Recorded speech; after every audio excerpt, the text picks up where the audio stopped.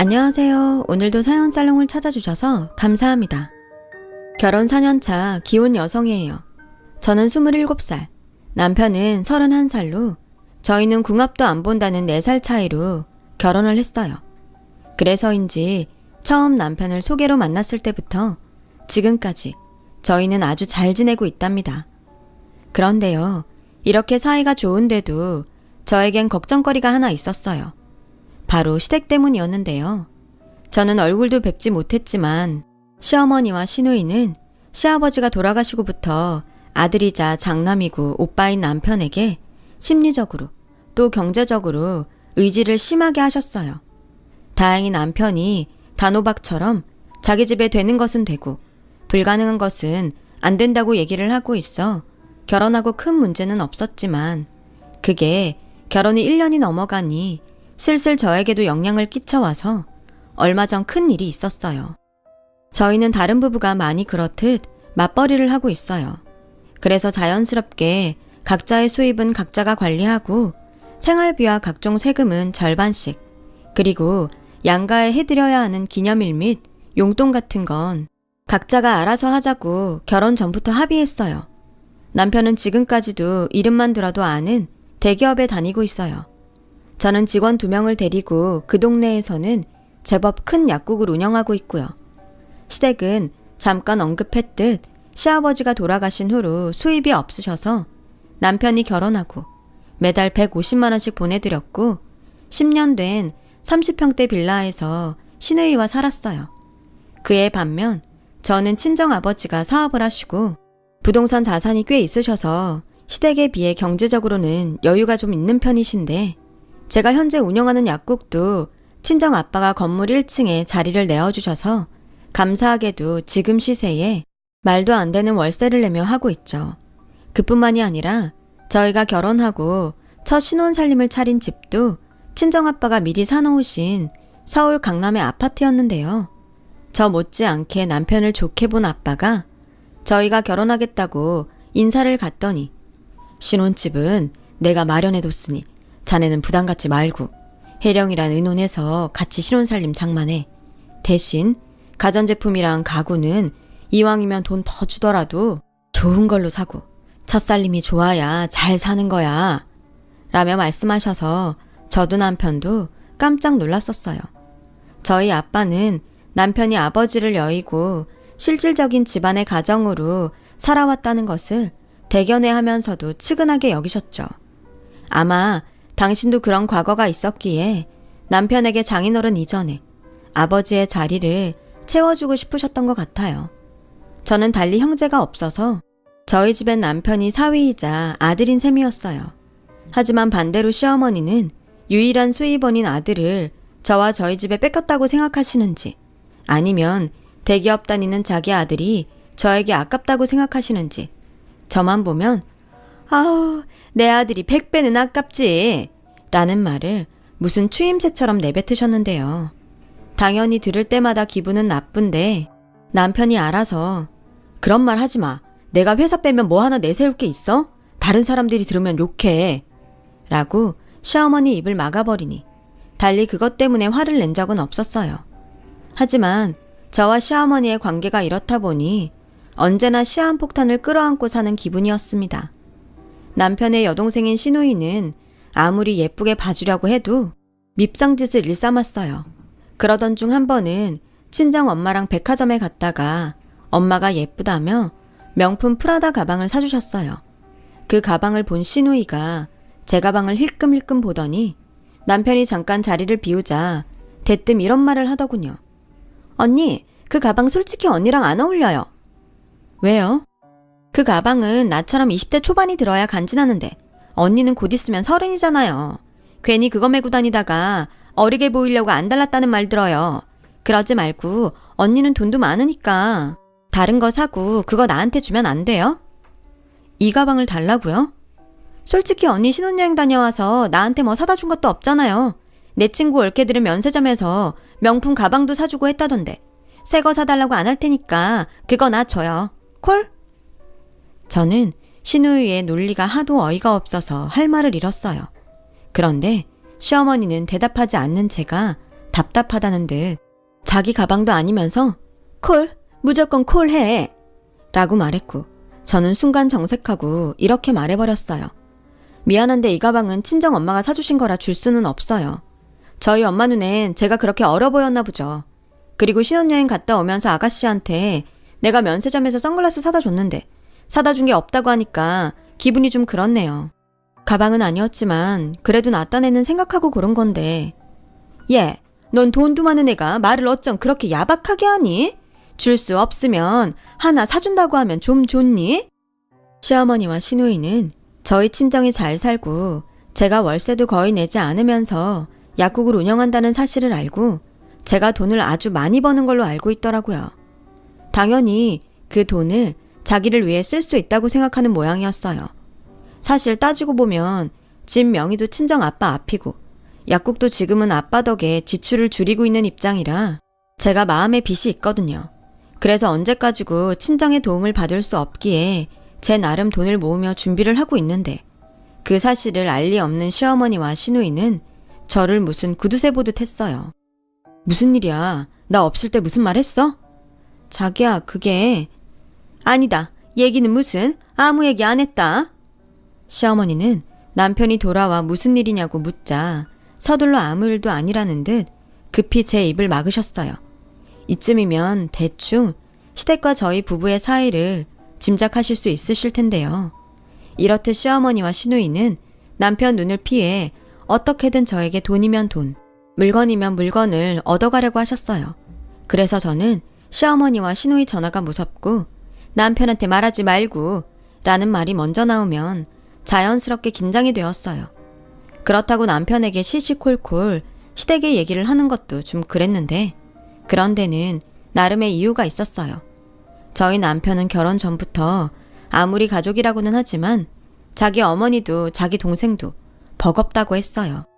자립할 생각도 없고 어떻게든 자기한테 의지해서 원하는 것을 손에 넣으려고 하는 어머니와 동생이 싫었다고요. 그렇다고 자기한테 뭘 해주거나 고맙다, 수고했다 이런 소리도 하지 않으면서 그렇게 싫다는데도 데리고 다니면서 돈 계산을 하게 했다고 해요.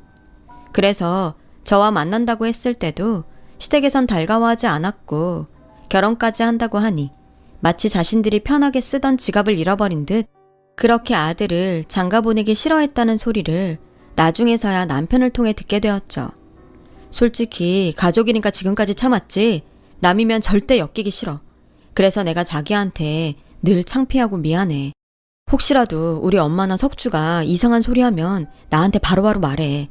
내가 자기 신경 쓰이지 않게 알아서 할게. 남편이 미리부터 이런 소리를 하는데 제가 가운데서 시어머니나 시누이의 이야기를 전달하는 게 오죽 조심스럽겠어요.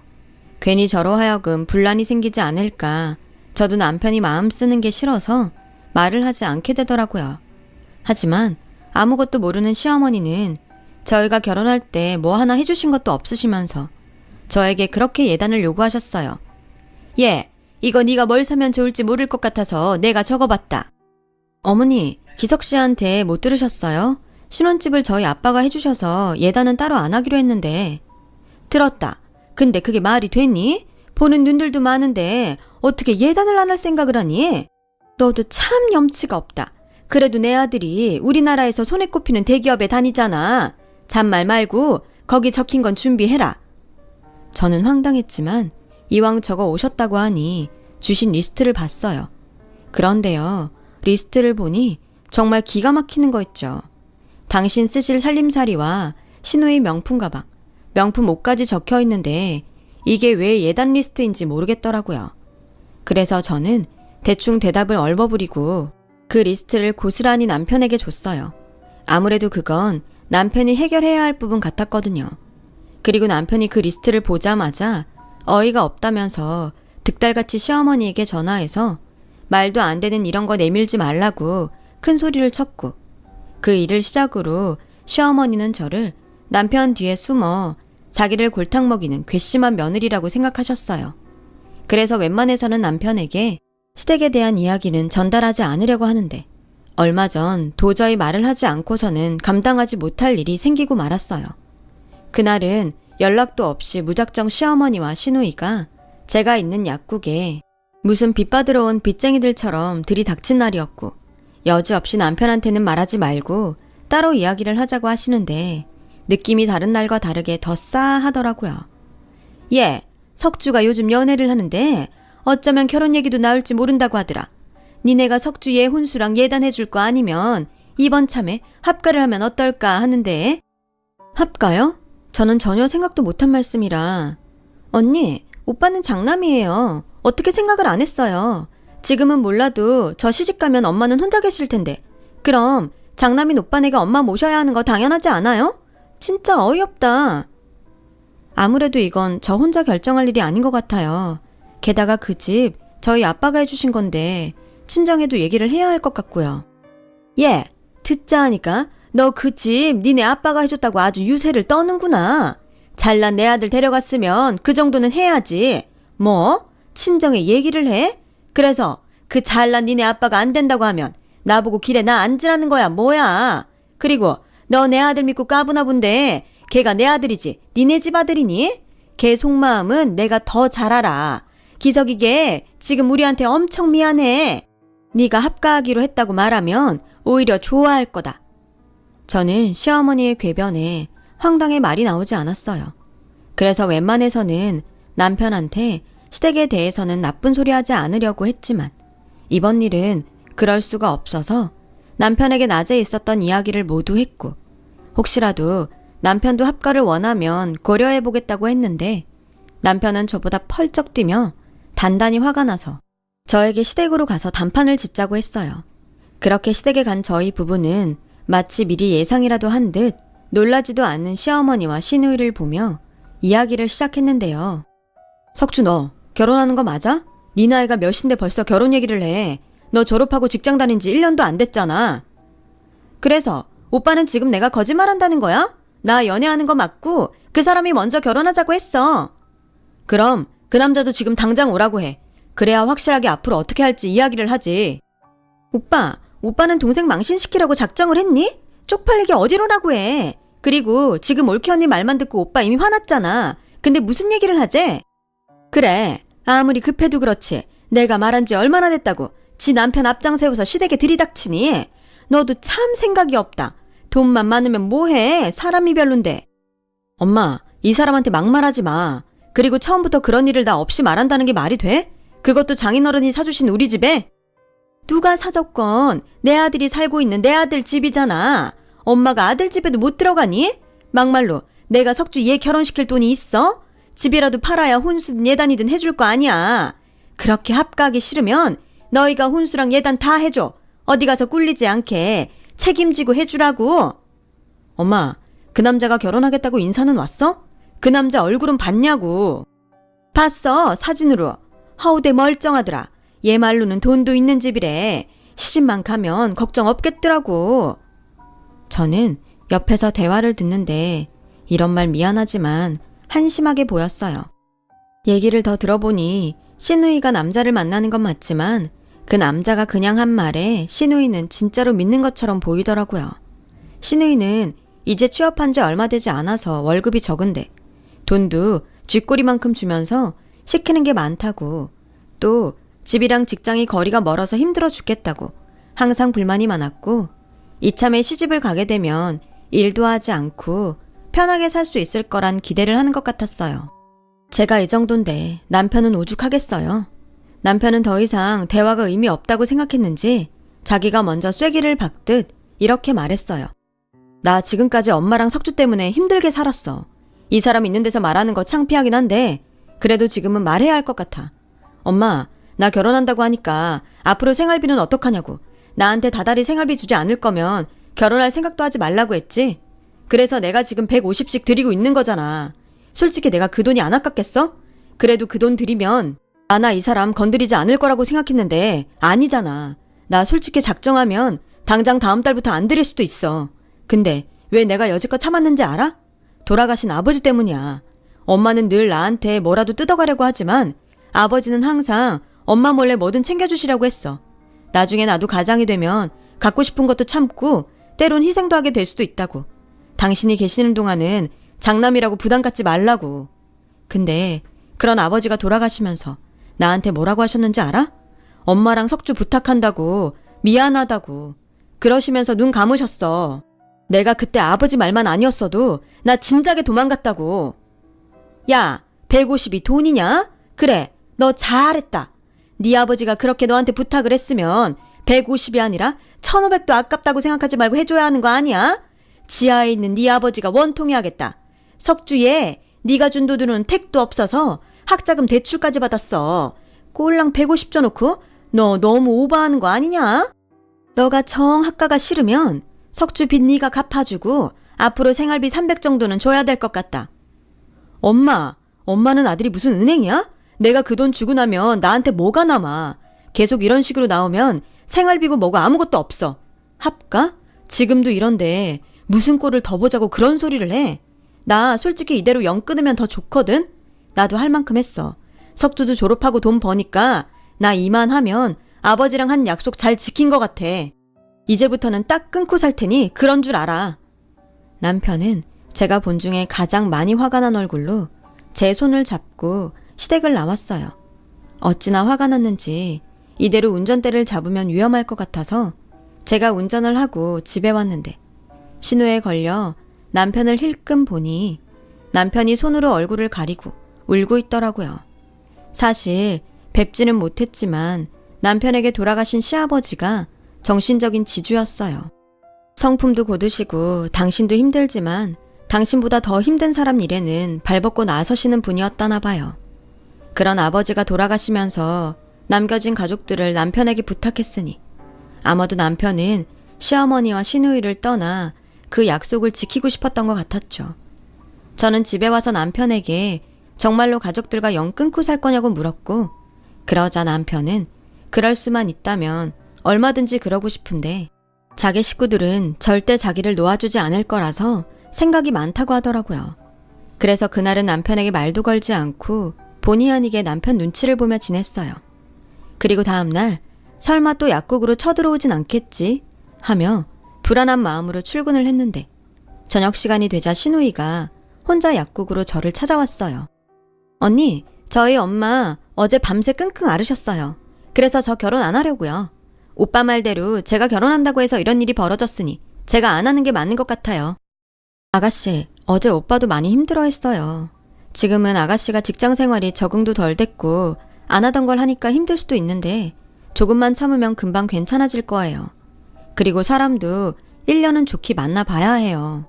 너무 모를 때 결혼하고 살면 후회할 수도 있고요. 지금이 얼마나 좋을 텐데. 에이, 그게 말은 쉽죠. 제가 오빠처럼 대기업에 다니는 것도 아니고 언니처럼 전문직도 아니고 제 월급에서 돈을 모은다는 것 자체가 무리예요.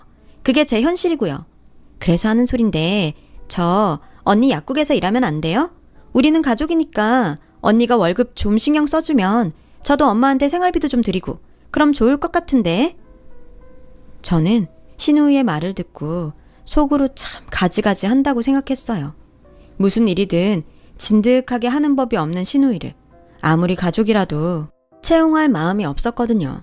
게다가 신우이는 말하는 투도 생각도 저랑 맞지 않는데 이걸 매일 봐야 한다고 생각하면 벌써부터 머리가 지끈지끈 해오는 것 같았어요. 그래서 저는 신우이의 제안을 거절했고 대신 남편 모르게 학자금 대출받은 건 제가 상환해 줄 테니 그 돈을 시어머니에게 생활비로 좀 드리면 어떠냐고 말했는데요. 신우이는 제 말을 듣고 길길이 뛰며 불같이 화를 내는 거예요. 나는 기껏 생각해서 결혼도 포기하고 언니한테 부탁했는데 언니 정말 실망이에요. 근데 제가 결혼을 하건 말건 엄마는 벌써 부동산에 집 내놨어요. 그러니까 언니는 저 이사 올 준비나 하세요.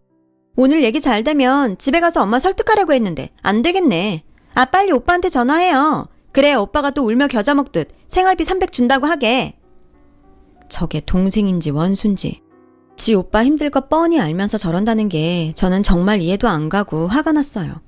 그래서 고민을 하다 친정에 갔고 친정 엄마는 제 얼굴을 보자 무슨 일이냐며 물으셔서 저는 하도 답답해서 친정 엄마에게 시댁 합가와 조금 전 신우이 얘기까지 모두 말했어요. 그러자 친정 엄마는 말없이 한숨을 쉬시고는 이렇게 말씀하셨어요. 내가 이런 말 하는 게 안서방한테 미안하긴 한데 내가 언제고 그 여자 그럴 줄 알았다. 니네 아빠도 그러더라. 안 싸두니 안서방을 자식으로 보는 게 아니라 돈줄로 보는 것 같다고.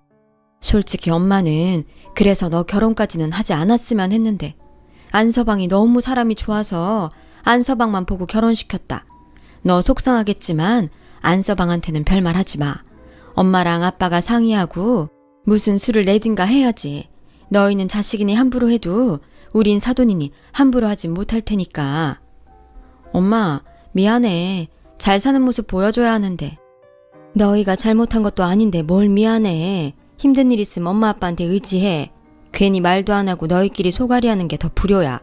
너도 그렇고 안서방도 우리한테는 자식인데 당연히 엄마 아빠가 나서야지. 저는 엄마 말에 힘을 얻고 집으로 돌아왔어요. 그리고 모처럼 우리 서방 맛있는 음식이라도 해줘서 기운 내게 해주고 싶었는데 그날 남편이 더는 저에게 피해주고 싶지 않다며 이혼 서류를 가지고 왔더라고요. 이런 선택을 하고 싶지는 않았는데 석주한테 엄마가 집 내놨다는 말을 들었어. 아마 그 성미에 그냥 밀고 들어올 작정인 것 같은데 나 더 이상 자기랑 자기 부모님한테 패기치고 싶지 않다. 우리 이혼하자. 아무래도 이게 최선인 것 같아. 나 같은 사람은 처음부터 결혼 같은 건 하면 안 되는 거였어. 자기야, 이게 말이 된다고 생각해? 우리 둘이 좋아서 결혼했는데 왜 이혼을 우리 문제가 아닌 다른 이유로 하재? 이건 아니지. 우리 가족이잖아. 패기치는 게 어딨어. 오늘 우리 엄마가 그러더라. 자기도 자식이라고. 오히려 이러는 게 나는 더 서운해. 그날 남편도 저도 얼마나 울었는지 몰라요. 그리고 남편한테서 오늘 낮에 저희 아빠가 갑자기 점심이나 같이 먹자고 하더니 괜찮다고 사양을 해도 신용카드를 한 장 주시더래요. 남자가 주머니에 돈 없으면 어쩐지 기가 죽고 그래. 듣자 하니 집에 생활비도 보낸다며. 이거 들고 필요할 때 써. 사용 내역 나한테 안 오게 했으니까 괜히 눈치 볼 것도 없어. 갖고 싶은 거 있으면 장인어른이 사주셨다 생각하고 써. 가끔 그 돈으로 혜령이한테 기분도 내고. 여자들은 그런 추억으로 사는 거거든. 저 괜찮습니다. 마음만 받을게요. 지금도 너무 많이 받고 있어서 죄송해요. 내가 주고 싶어서 주는 건데 뭘 죄송해. 난 아들이 없어서 자네가 있어서 너무 좋아. 이제 목욕탕 가도 자네랑 같이 남탕에 가면 되잖아. 여자들은 씻는데도 오래 걸리고 그거 혼자 기다리면서 심심해 죽겠다고 생각했는데 이젠 자네가 있어서 얼마나 좋은지 아나? 그렇게 저희 아빠를 만나고 그 카드를 도저히 쓸 수가 없어서 고이 지갑 안쪽에 넣어놨었다고요. 그 와중에 저를 만나고 헤어진 시누이가 지 분에 못 이겨 남편에게 시어머니가 집을 내놨고 저에게 합가 준비를 하라고 했다고 말을 했다는 거예요. 석주한테 그 말을 듣고 얼마나 기가 찼는 줄 알아? 피 하나 섞이지 않은 아버님은 날 아들 생긴 것 같다고 뭐든 해주시려고 하는데 정작 내 진짜 가족은 내 등에 빨대를 꽂잖아. 난 전생에 나라를 팔아먹었나 봐. 그 반대인 것 같은데 전생에 무슨 덕을 쌓았길래 나랑 우리 엄마 아빠를 만났어? 기다려봐. 자기한테는 미안한데 아까 나도 하도 답답해서 엄마한테 얘기했거든. 엄마가 아빠랑 상의해서 답을 주겠대. 자기 자존심 상할 것 같아서 말 안 하려고 했는데 이번 한 번은 염치 없어도 우리 집 도움 받자. 그리고 다시는 이런 거 가지고 오지 마. 이혼을 하겠다 싶으면 서류는 내가 들고 올 거니까. 저는 농담처럼 그리고 진심을 다해 남편을 위로했어요. 그리고 며칠 후 시어머니는 당신 집이 팔렸다며 이사 날짜를 저에게 통보하셨고 저는 친정엄마가 시킨 대로 알겠다고 했어요. 무슨 꿍꿍이야? 어쩐 일로 순순히 알겠대? 아무튼 나랑 석주 들어갈 방 2개 비워놔라. 설마 한 방 쓰게 할 생각이면 어림없다. 그리고 내가 쓰던 것들은 다 낡아서 버리고 갈 거니까 네가 알아서 가구도 좀 사고 방도 좀 꾸며라. 너 시집 올 때 집 해왔다고 아무것도 안 했잖아. 이번 기회에 그거 한다고 생각해. 가만히 듣고 있으니 시어머니는 자기 혼자 신나서 선을 넘나드셨는데 사실 저희는 이미 그 집을 팔고 친정집으로 이사를 왔어요. 혜령아, 너랑 안서방만 괜찮으면 당분간은 우리 집 2층에서 지낼래? 한 1, 2년 정도 지내면서 다른 곳 알아보면 어떨까 하고. 네 아빠랑도 얘기했다. 우리랑 같이 지내면 너희 시어머니 합가하자는 소리도 못할 거고 안서방만 괜찮다고 하면 이참에 그 여자 버릇 좀 고쳐보자. 엄마도 사람이 못됐는지 내 새끼들 힘들게 하는 사람 나도 괴롭히고 싶다. 물론 안서방이 내켜하지 않으면 어쩔 수 없지만 엄마 아빠 마음은 그래. 저희 남편은 당연히 저희 친정 부모님이 하자는 대로 하겠다고 했어요. 그리고 오히려 친정 부모님과 함께 산다고 생각하니 자기는 가족의 울타리로 들어가는 것 같아서 좋다고 하더라고요. 그 길로 이사를 진행했고 저희가 살던 아파트는 내놓자마자 바로 계약이 되었어요. 드디어 시댁의 이삿날이 밝았어요. 버리는 것이 많고 챙겨올 것이 별로 없었던 시어머니와 시누이는 용달차 한 대로 아침 대바람부터 저희가 살던 아파트로 오셨고 이미 그곳에 이사와 사는 사람들에게 그런 사람 여기 안 산다며 문전박대를 당했다나 봐요. 야, 너 우리 엿먹이려고 일부러 그랬지? 너네 어디로 이사 갔어? 당장 주소 불러. 이게 아주 사람을 우습게 알아? 어머니, 저희 친정에 들어와서 살아요. 친정 부모님이랑 합가했어요. 미리 말씀드리지 못해서 죄송해요. 워낙 급하게 진행된 일이라서요. 그 집이 저희 아빠 집이잖아요. 아빠가 그 집 하신다는데 저희라고 별 수 있나요? 그래서 저희도 갈 곳이 없어서 친정에 얹혀 살아요. 어머니도 갈 곳 없으시면 여기로 오셔서 저희랑 같이 얹혀 사실래요? 뭐라고? 너 일부러 그랬지? 됐고 우리 어디든 들어가야 하니까 있는 돈 다 보내. 당장 들어갈 집이라도 있어야 할 거 아니야. 엄마, 우리 돈 없어. 그리고 앞으로 장인어른한테 월세도 내야 해서 엄마한테 드리던 돈도 100으로 줄여야 할 것 같아. 석주도 돈 버니까 괜찮지? 그리고 1년 뒤엔 그 돈도 안 보낼 거야. 우리도 집 구해서 나가야지. 그렇게 돈 많다고 자랑하더니 네 처가에서 월세를 내래? 그리고 니들 살 집도 안 해준다고? 엄마가 자꾸 눈독 들여서 안 해주신대. 지금도 하마터면 자기 집에 엄마가 들어와서 살 뻔했다고 그 집 정리하신 거야. 무슨 이런 거지 같은 경우가 다 있어? 넌 그 소리 듣고도 가만히 있었어? 가만히 있었어. 만약 나라도 그랬을 거니까. 엄마, 이제 제발 거지 말고 사람답게 살아. 살던 집 팔고 오늘 잔금 받았지? 그 돈으로 앞으로 지낼 집 구해. 이번 기회에 집도 좀 줄이면 더 좋겠네. 엄마, 끊어. 그리고 앞으로 돈 얘기는 무조건 안 들어드릴 거니까 얘기도 꺼내지 마. 엄마, 나 지금 너무 행복해. 여기선 내가 돈이 아닌 자식 같거든. 제발 부탁인데 나도 좀 사람답게 살자. 엄마가 좀 도와주라. 그래, 너 네 엄마랑 네 동생 어떻게 되든 상관하지 말고 혼자 잘 먹고 잘 살아. 우리도 더 이상 너 가족으로 생각하지 않을 테니까. 저 혼자 잘 살겠다고 가족도 버린 네가 얼마나 잘 사나 내가 똑똑히 두고 볼 거야. 그 사람들이 지금은 잘해주는 것 같지? 그래도 남은 남이야. 가족 없으면 얼마나 서러운데. 너 그때 우리 찾아와도 우린 너 절대 받아주지 않을 거다. 이 망할 자식. 네 아버지도 지금 지하에서 피눈물을 흘리고 있을 거야. 시어머니는 그 말을 끝으로 전화를 끊으셨어요. 그리고 지금까지도 아무런 연락이 없으셔서 이 글을 쓰고 있는 지금도 저희 부부는 시어머니와 시누이가 어디에서 어떻게 살고 있는지 모르고 있어요. 에휴, 어디서 어쩌고 계시나. 내가 먼저 연락드려야 하는데. 하다가도 그날 남편이 했던 자기도 사람답게 살자라는 말이 가슴에 콕 박혀서 내 남편이 행복하게 살 수 있으면 뭐든 상관없다는 생각에 그러지 않고 있어요. 그냥 시누이의 SNS를 통해 그게 진짜인지 꾸며낸 거짓인지는 모르겠으나 그럭저럭 사는 것 같고 만약 어느 날 갑자기 시어머니든 시누이든 연락이 온다면 그들이 달라져 있지 않은 한 저도 그렇고 남편도 절대 받아주지 말자고 서로 합의를 했어요.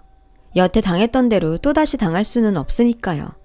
그리고 원래 계획대로라면 내년에는 저희가 모은 돈으로 새로운 집을 알아봐야 하는데 제가 얼마 전 아이를 임신해 저희의 분가는 아이가 초등학교 갈 즈음으로 완전히 밀리고 말았어요. 남편도 그렇고 저희 부모님도 원래 떨어져 살고 싶지 않았다면서 3명이 한편이 되어 있더라고요. 여기가 친정인지 시댁인지 행복한 질투가 다 날 정도예요. 우리 안서방 좋아하는 갈비탕 끓여야지. 엄마, 나는 육개장이 좋은데. 그런 자극적인 거 몸에 안 좋아. 갈비탕 먹자. 주말에 안서방 낚시 어떤가? 안 돼. 주말에 이 사람 나랑 쇼핑하기로 했어. 안서방, 쇼핑보다는 낚시가 더 유익하지 않나? 솔직히 남자가 쇼핑 따라가봤자 뭔 재민가? 우리 낚시 가세. 가서 내가 맛있는 매운탕 끓여줄게. 응? 이런 식이라니까요. 이걸 보고 있으면 흐뭇하면서도 살짝 서운한 게 뭐라고 표현하기가 참 어려워요. 그리고요, 바로 어제 저는 시아버님에게 뱃속의 아가 소식도 알려드릴 겸 남편하고 납골당을 찾아갔어요. 참 생각이 많아 보이는 남편 옆에서 저는 차마 목소리는 내지 못했지만 속으로 이런 말씀을 드렸어요. 아버님, 남편을 이 세상에 태어나게 해주셔서 감사합니다. 제가 이 사람 아프지 않고 행복하게 해줄게요. 그리고 앞으로 태어날 저희 아가도 착하고 멋진 남편을 닮을 수 있도록 해주시고 무엇보다 앞으로는 시어머님이랑 아가씨와 잘 지낼 수 있도록 아버님이 두 사람 정신 좀 차리게 도와주세요. 그래야 남편도 가족들 보고 살 수 있죠. 그럼 저는 평생 아버님 며느리로 충성하고 살겠습니다. 이 기도가 부디 꼭 하늘에 계신 시아버지에게 닿을 수 있었으면 좋겠어요. 그래서 우리 남편이 지금보다 더 많이 행복할 수 있었으면 저는 더 이상 바랄 것이 없을 것 같아요. 지금까지 저의 사연 들어주셔서 감사합니다. 지금의 이 마음을 잊지 않도록 평생 노력하며 살게요. 여러분들에게도 좋은 일만 가득하길 기도하겠습니다. 여러분, 사연 댓글에 응원과 현명한 조언 부탁드려요. 좋아요와 구독은 저에게 큰 힘이 됩니다. 오늘도 좋은 일 가득하세요.